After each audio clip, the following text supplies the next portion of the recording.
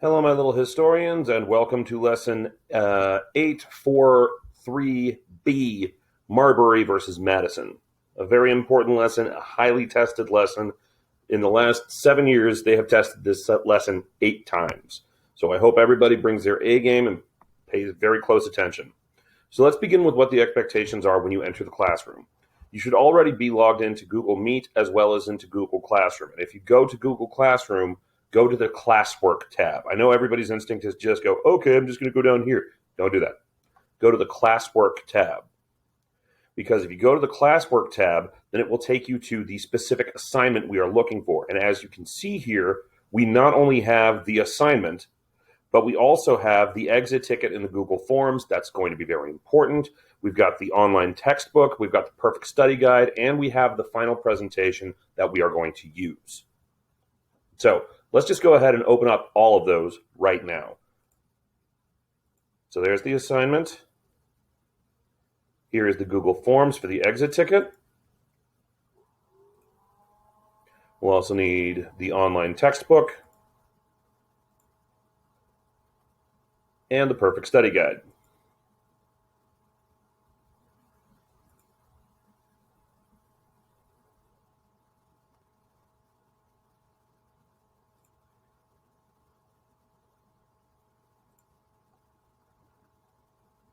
So there's everything that we're going to need. First things first, let's go ahead and log into the textbook. Now remember, if you have any issues logging in, we've got the username and the password right here.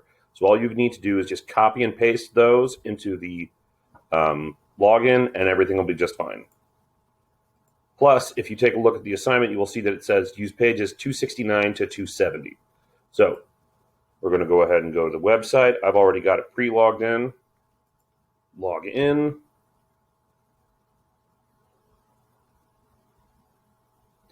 We are looking for the student edition of the textbook.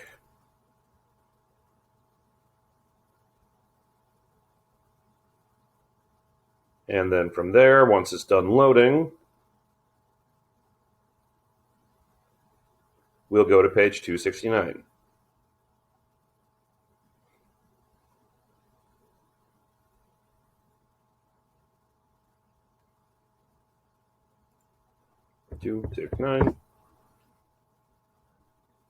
And we're there. Now, for the sake of making this easier, let's also go ahead and zoom in so that the text is easier to read.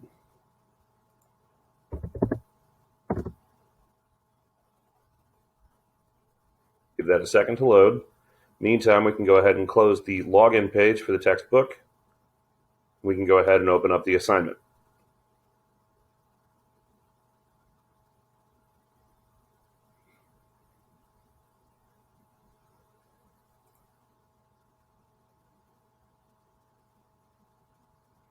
So here we go.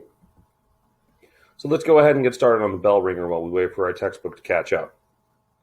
It says here, under the principle of separation of powers, the national government is divided into blank. As always, find your key concepts. Principle means that we're going to be looking for the 7 principles of government. And this one actually tells us which principle we are looking for, which is separation of powers. So we go up to Perfect Study Guide. As always, we hit Control F. And there we search for separation. You don't even have to write the whole thing. Type that in. And then it will take us to the term. Taking a little while to warm up, I understand. Separation of church and state. Separation of powers. Right there. What convenience. And as you can see, it says here, separation of powers divides the powers of the government into 3 branches. So your answer here will be national government is divided into 3 branches. That simple. Under the principle of separation of powers, the blank, which is the Supreme Court, is responsible for interpreting the laws. So let's go back to our perfect study guide. We're still looking at separation of powers. It says it divides the powers of government into 3 branches. The legislative branch makes the laws. That's not what we're looking for. The executive branch executes the laws. Once again, that's not what we're looking for. And the judicial branch interprets the laws. So that's going to be our answer. Interprets the laws means it judges the law. Is this good? Is this bad? That's what interpreting the law means. And if you need some help remembering this, just remember this. Judy. It starts with Judy. Who is the most famous Judy we all know? Judge Judy. And where do you find judges? In the court. So, under the principle of separation, the judicial branch, which is the Supreme Court, is responsible for interpreting the laws. Under the principle of blank, each branch can block the power of the other branches. Okay, so in this case, it tells us that we are looking for one of those principles, the flip rocks: federalism, limited government, individual rights, popular sovereignty, republicanism, checks and balances, and separation of powers. This talks about each branch can block the power of the other branches. Okay, so we're talking about branches and we're talking about power. Let's see what we can find. Divides the power of government into 3 branches, but it doesn't talk about how those branches can block each other, so that's a no. Checks and balances. Makes sure no branch of the government becomes too powerful. Okay, it talks about branches and it talks about power, and that's a maybe. Federalism. Power is shared between the states and the national government. It says nothing about branches, so let's skip it. Limited government. The power of the government is restricted by the U.S. Constitution. Once again, no branch. Republicanism. System where people vote for elected representatives to run the government. I didn't hear anything about branches. You? No. Popular sovereignty. The people hold the ultimate power. No branch. Bill of Rights. The first 10 commandments to the Constitution. Individual rights. No branch. So, looks like it's either separation of powers or checks and balances. So, can one branch block the power of the other using checks and balances? Once again, you've heard the term check all the time. A lot of you might think, oh, that's like writing a check, like a paycheck. That's not the kind of check we're talking about. We're talking about okay, you know what? You need to check your attitude at the door. Check yourself. That kind of check. What does that mean? It means stop. So, make sure no branch of the government becomes too powerful. How does that work? Because it stops that branch, and when each branch can stop each other, they are all balanced. So, your answer here is going to be checks and balances. So, under the principle of checks and balances, each branch can block the power of the other branches. Alexander Hamilton and John Adams were the leader of the blank party, favoring a strong national government. People are almost always key concepts. So Alexander Hamilton, John Adams, those are some clues. Those will tell us about who we're talking about. A party, that means we're talking about a political party, favoring a strong national government. A strong national government. That is the definition for a vocab term. And the vocab term is federal. But if you can't remember that, I can't blame you. There are a lot of vocab terms that we need to remember. Let's see how else we could find it. It's talking about Alexander Hamilton and John Adams. So, let's go looking for Alexander Hamilton. Oh, first we have to delete separate. Alexander Hamilton. And where do we find Alexander Hamilton?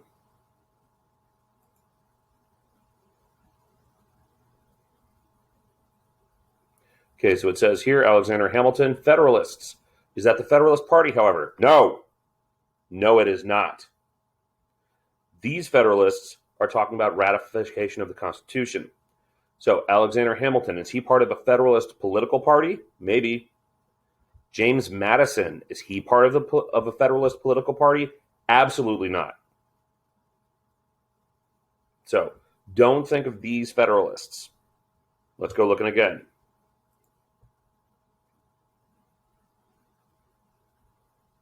Alexander Hamilton, John Adams, development of political parties, Federalists. So there you go. There is your answer. This is the Federalist political party, but this is a very separate thing from the Federalists in the Constitution. Cannot stress that enough. So, Alexander Hamilton, John Adams were leaders of the Federalist Party, favoring a strong national government.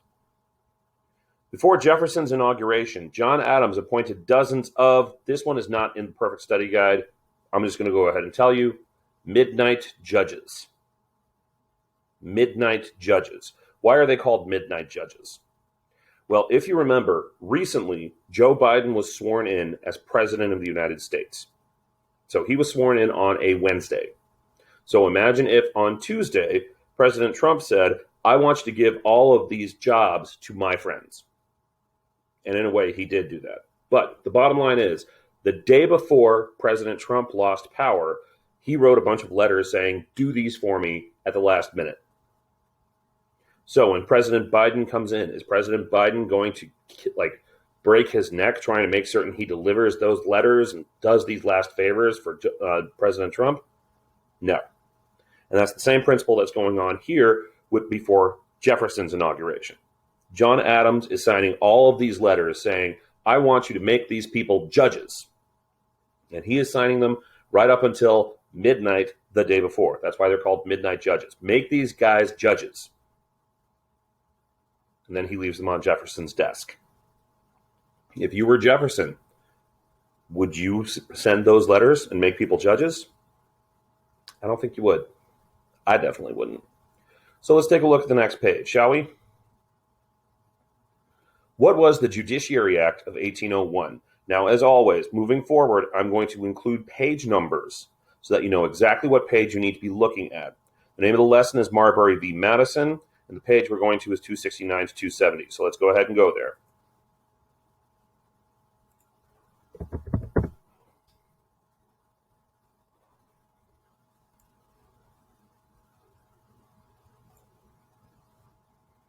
And here we are on page 269 with Marbury v. Madison. So we're going to start reading up there. Although Republicans controlled the presidency and Congress, Federalists dominated the federal judiciary. So once again, 1800.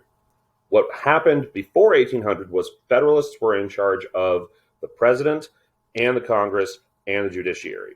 So that's the legislative branch, executive branch, and judicial branch. They were in charge of all three. That's Alexander Hamilton's party. But in the election of 1800, Federalists lost Congress and they lost the presidency. Now remember, there's this period between the election and when the new president gets sworn in. It's called the lame duck. So what happens is Federalists lost Congress. They lost the presidency. They haven't been kicked out yet, but they know that they lost. So in an effort to continue their control over the judiciary, Federalist legislators passed the Judiciary Act of 1801, shortly before their terms of office ended. This act created 16 new federal judgeships that President Adams filled with Federalists before leaving office. So one more time. The question was, what was the Judiciary Act of 1801? And the answer is an act that created 16 new federal judgeships that President Adams filled with Federalists. So if you want to go ahead and pause this video here and then type that into your answer, you can and you should do that. Next up, who were the midnight judges? So, going back to the textbook, it says this 16 new federal judgeships. That's 16 jobs for judges. The Republican press called these people midnight judges, arguing that Adams had packed the judiciary with Federalists the night before he left office. So one more time. The night before he left office, Adams had packed the judiciary. So the midnight judges are these Federalists that Adams had packed into the judiciary the night before he left office. So once again, I would pause here, type that into your answer, and then we can move on. Next question. Why did Federalist members of Congress pass the act? The answer is not really going to be in your book, but we can go ahead and explain that. This happened in what I called the lame duck period. They lost the election, but they haven't been kicked out yet. Why did Federalist members pass this act creating new judgeships that he could fill with Federalists? Because the Federalists are trying to hold on to power. I'm going to say that again. That's your answer. Federalists are trying to hold on to power. So what happened when James Madison refused to deliver William Marbury's appointment papers? So once again, we talked about this. John Adams is signing all of these letters, and then he leaves them on Jefferson's desk. Jefferson comes in, and he has James Madison, who we talked about earlier. He's a Federalist for the Constitution, but not in the political party. So James Madison said, oh, here are all these letters from John Adams, putting his friends in positions of power. Yeah, I'm not going to deliver those. One of those friends was a guy named William Marbury. So James Madison refused to deliver William Marbury's letter. So how is Marbury going to react? Well, I'll tell you, the answer is right here. V means versus, and if you see it in a social studies context, that means this person is going to court with that person. So William Marbury is going to court with James Madison. So one more time, let's go back to our textbook. Let's scroll down where we see Madison refused to deliver Marbury's appointment letter. So Marbury brought suit. That's kind of confusing. What does that mean? It means that Marbury sued Madison. Marbury filed a lawsuit. So that's what it means when it says Marbury brought suit. So your answer here, you could put Marbury brought suit, but you're not going to understand what that means when we go back and read over this again. So what you should put instead is Marbury sued James Madison. I'm going to say that again. Marbury sued James Madison. He was hoping that the Supreme Court would say, yes, according to the law, James Madison has to give William Marbury his job as a judge. Now, the rest of this is kind of hodgepodge. It's kind of odd, so let's go ahead and go through the entire thing in the book. So, Marbury sued James Madison, asking the Supreme Court to force Madison to deliver his appointment letter. Marbury claimed that the Judiciary Act of 1789 gave the Supreme Court the power to do so. That means that Congress passed a law, the Judiciary Act. That's what act means. Act means law. Congress passed a law. And under that law, James Madison has to give William Marbury the job. He has no choice. So he wants the Supreme Court to do something about that. So what happened was that John Marshall, who is the Supreme Court Justice, he's the guy who's in charge of the Supreme Court, he heard this case, and then he said, the Constitution gave the court authority to hear only certain types of cases. They don't get to listen to whatever they want. The Supreme Court can only hear certain types of cases. A request like Marbury's was not one of them. And the law that Marbury's case depended on was therefore unconstitutional. So remember, the Constitution is the ultimate law in the United States. In other countries, they had to obey the king. The king is the ultimate law. In the United States, the ultimate law is the Constitution. So if a law like the Judiciary Act of 1789 goes up against the Constitution, Constitution's going to win. So that law, the Judiciary Act of 1789, if it is unconstitutional, if it violates the Constitution, if it goes against the Constitution, then that law is canceled. We don't have to listen to it. So, our questions here. First thing we're going to say is, who won the case? James Madison. So, John Marshall said the law that William Marbury is pointing out, hey, you have to obey the law. That law violates the Constitution. It goes against the Constitution. That law is canceled. So, if Marbury's law gets canceled, that means Madison wins. So, who won the case? James Madison. So, by doing this, William Marbury established a new power. What is the name of that power? The name of that power is judicial review. That's what the big important part of this case is, judicial review. And if you don't know what that means, stop. Break it down. You know what the word review means. Review means to look over something again. This is Congress. Hey, we've just passed this law. And now the judicial branch, Judy, the judges, the court, they're going to say, wait a sec, let's take a look at that again. Let's take a look at that. What does it say? Nope. Mm-mm. So judicial review is the name of the power. It's the power to declare an act of Congress unconstitutional. So the Supreme Court can look at any law that Congress passes, any action that the president does. They can put it under review. They can look it over again and say, no, that law goes against the Constitution, so that law is canceled. So, what power was established by Marbury versus Madison? Judicial review. Judicial review. Now, which constitutional principle is illustrated by this case? This goes back to our bell ringer from the very beginning.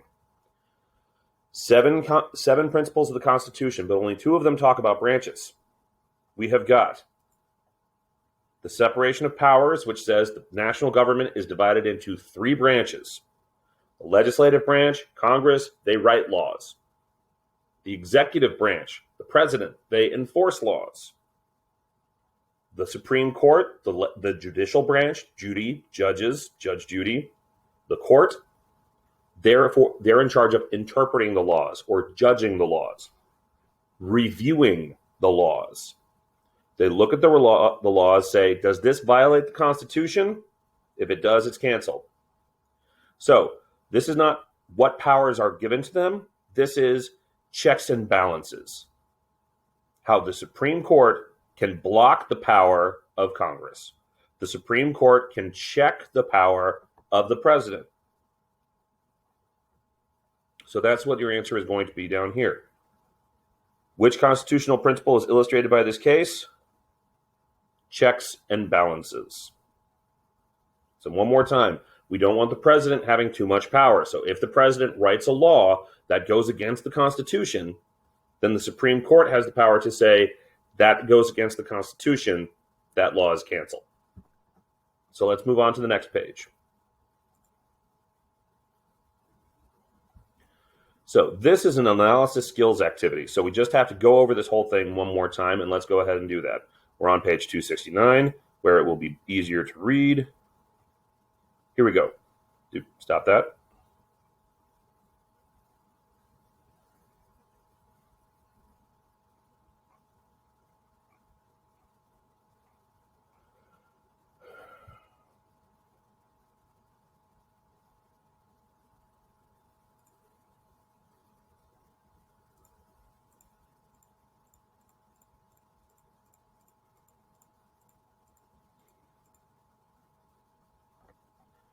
So, the court ruled that the law Marbury based his claim on was unconstitutional. So Marbury is suing James Madison, saying, under the Judiciary Act, you have to give me my job. But the Supreme Court is saying, well, sorry, William, that law, the Judiciary Act, that goes against the Constitution. So the Judiciary Act is canceled. Sorry. So the Judiciary Act gave the Supreme Court the authority, the power, to hear a wide variety of cases, including those like Marbury's. But the Supreme Court ruled that Congress did not have the power to make such a law. Why? Because the Constitution limits the types of cases the Supreme Court can hear. So the law was in conflict with the Constitution, so the law had to be struck down. The law had to be canceled. Why does this matter? Marbury versus Madison is important for several reasons. It confirmed the Supreme Court's power to declare acts of Congress unconstitutional. So once again, Congress passes a law, the Supreme Court can look over that law again. They can review that law and say, that law goes against the Constitution, it's canceled. By doing this, it establishes the court as the final authority on the Constitution. So that means Congress can write laws, the president can write actions and give speeches, but the person who has the last word, the final say-so, that's going to be the Supreme Court. This helps make the judicial branch equal to the other two branches. Because if we are talking about powers, writing a law, that's a lot of power. Whereas enforcing the law, that's a lot of power. Whereas sitting in a courtroom, that's not that much power. But if in that courtroom you can cancel the laws or the actions that either the Congress or the president does, that's a decent amount of power. And that's what this is all about. So, what do you think it means to be the final authority on the Constitution? And it's easy to understand this. You don't even have to read this to understand that. What does it mean to be the final authority on the Constitution? It just means they're the last word. They have the last say-so. Everybody knows that you got a problem with your brother, you can talk about it with your parents. You got a problem with your teacher, you can talk about it with his boss. But with the Supreme Court, that's it. End of the conversation. Once the Supreme Court says so, that conversation is done. So how did Marbury versus Madison affect the Constitution's system of checks and balances? Once again, this is saying that the Supreme Court can look over everything Congress does, everything the president does, and they can say, that violates the Constitution, that's canceled. That violates the Constitution, that's canceled. And that's a very effective way for the Supreme Court to block the power of Congress. So if Congress decides tomorrow, we want to pass a law that gets rid of the president altogether, and Congress is the only person, the Supreme Court has the power to say, no, you can't do that. That goes against the Constitution. That's canceled. So, at this point, let's take a look at this cartoon. So as you can see, this says before Marbury versus Madison. So you know that Marbury versus Madison is going to be important. Look at the characters below. They represent the three branches of government. So you've got one branch of government right here, one branch of government right here, and one branch of government right there. Using your knowledge about Marbury versus Madison, which character represents which branch of government? Well, like I said, how did Marbury versus Madison affect the Constitution's system of checks and balances? It gave the judicial branch judicial review, which is a very important power. It gave them more power. So, if you look at this cartoon, you've got three branches, two of whom are buff and I think those are fists. It might be spools of thread or something like that. I don't know. But two of these guys are looking pretty buff, and pretty strong, and pretty powerful. And this second guy in the middle is looking kind of meh. So the idea here is that this guy in the middle is the judicial branch. Either one of these other guys could be the legislative or executive. Doesn't matter. But the important thing is that the guy in the middle, number 2, the green guy, he is the judicial branch. So before Marbury versus Madison, the judicial branch is looking all sad and pathetic and meh. Whereas in the second cartoon, after Marbury versus Madison, the little guy in the middle, the green guy, number 2, is looking just as strong as the other ones. So what's the point here? What happened between these two cartoons? Marbury versus Madison. So the judicial branch got more power, got a very important power called judicial review. Whoops, sorry. The big idea behind this case is judicial review, which is what we just talked about, which is the power of the judicial branch to declare acts of Congress, that means laws, or acts of the president, unconstitutional. Judicial review, you know what that means. Judicial, Judy, Judge Judy, the courts have the power to review. Oh, you just did something? Wait a second. Let me go ahead and look over that. Let me see something first. Nope, can't do that. So that's the idea behind judicial review. The big idea in this case is judicial review. Why is this case important? Well, what's the message from the cartoon? Here is the judicial branch before Marbury versus Madison. And here is the judicial branch after Marbury versus Madison. So why is this case important? It gave the judicial branch more power to check the other branches. It made the judicial branch equal. Because, once again, if you look at that previous cartoon, who is the least equal of these branches? That's the judicial branch. Whereas in this case, all of the branches are equal. So this case is important because it gave more power to the judicial branch. Lastly, let's go ahead and take a look at this political cartoon. All right, so obviously this is a football game. How are we supposed to understand this? Well, it says here legislative lions, and it says here executive eagles. And over here it says judicial referees. So we just have to look at the text and see what that means. So let's answer some of these questions. What three groups are represented in this cartoon? Well, like I said, we've got legislative lions, executive eagles, and judicial referees. Legislative, executive, judicial. So, what three groups are represented? That would be the three branches of the government. So you've got the legislative branch, the executive branch, and the judicial branch. So, three branches of government. That's your answer there. What does the writing on the players' backs represent? Well, it says here, spend money, make new courts, impeach officials, reject appointments, introduce amendments, and override veto. All of these are the powers of the legislative branch. Pardon lawbreakers, call special sessions, recommend officials, veto bills. All of these are the powers of the executive branch. So the writing on the players' backs represents the powers of that branch. The legislative branch, Congress, has the power to spend money. The legislative branch, the Congress, has the power to impeach officials, to reject appointments. So all of these are powers of that branch.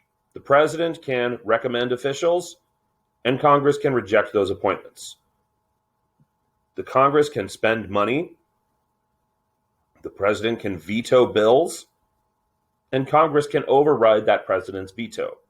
So one more time, the writing on the player's back represents the powers of that branch. What are the referees using as their rule book? Well, as you can see in this cartoon with a better view of the, you know what, let's go ahead and go present this. What are the referees using as their rule book? The Constitution.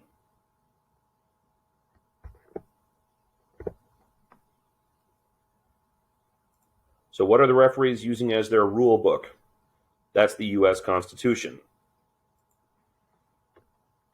So what power did Marbury versus Madison give the referees? The official name of the power is judicial review. One more time, judicial, Judy, Judge Judy. Where do you find judges in a court?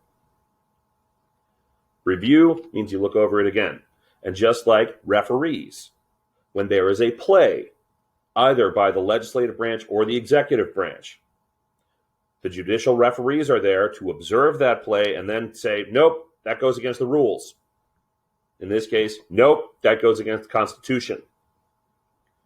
So how does this power strengthen the role of the judicial branch in this game? Well, one more time. If the referees don't have the power to say, you can't do that, then the referees don't have a lot of power, do they? And it's just going to be crazy between the legislative branch and the executive branch, constantly fighting each other, and the judicial branch has no power to stop them.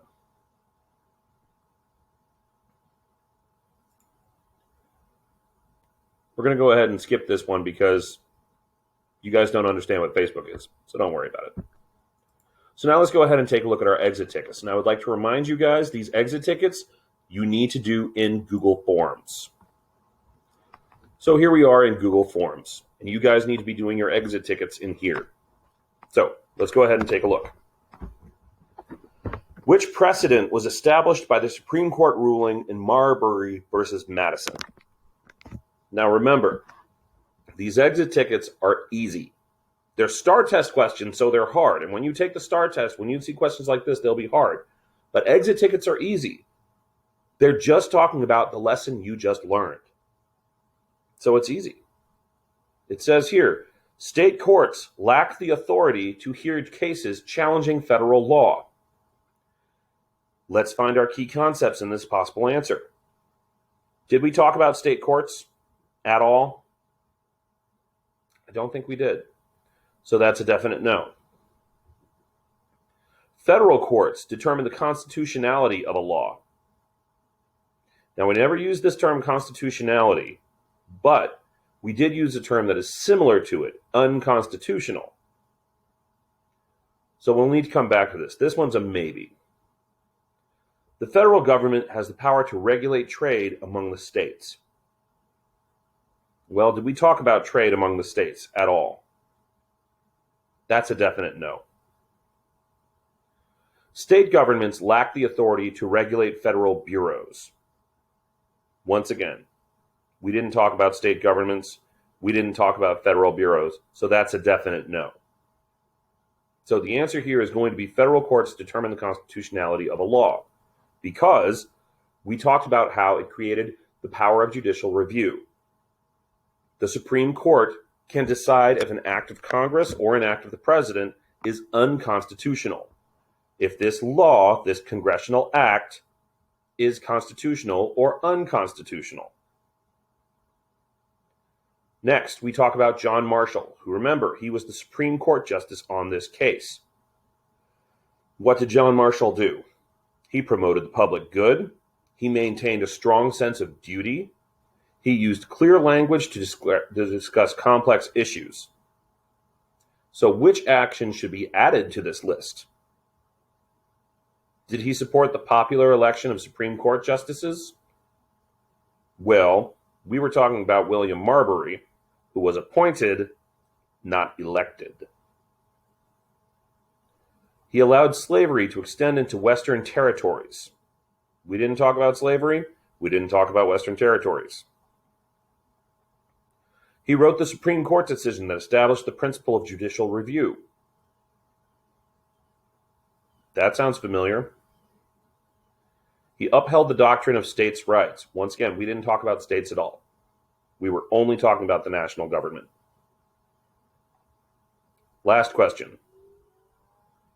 In Marbury versus Madison, the Supreme Court established a principle that would eventually be used by all courts to strike down any law that the court deems unconstitutional,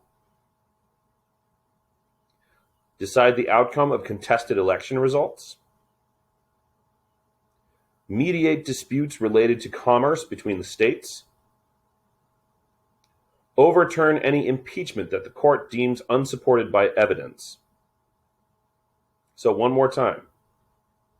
Did we talk about laws considered unconstitutional? Did we talk about contested election results? Did we talk about disputes related to commerce between the states? Did we talk about impeachment with unsupported by evidence? This is up to you guys. Now, the other thing that I want to emphasize is for those of you who are paying attention at this point and thinking, oh, okay, he's giving us the answer, so it's C, it's A, whatever. When you take these Google Forms, they are changing the order. They're changing the order of the questions. They are changing the order of the possible answers. So don't just go, okay, the right answer is C, the right answer is A, the right answer is B. Don't do that. Read these carefully. Find your key concepts, and then you'll be able to find your answer. So thanks a lot, guys. Take care, and I will see you with the next lesson.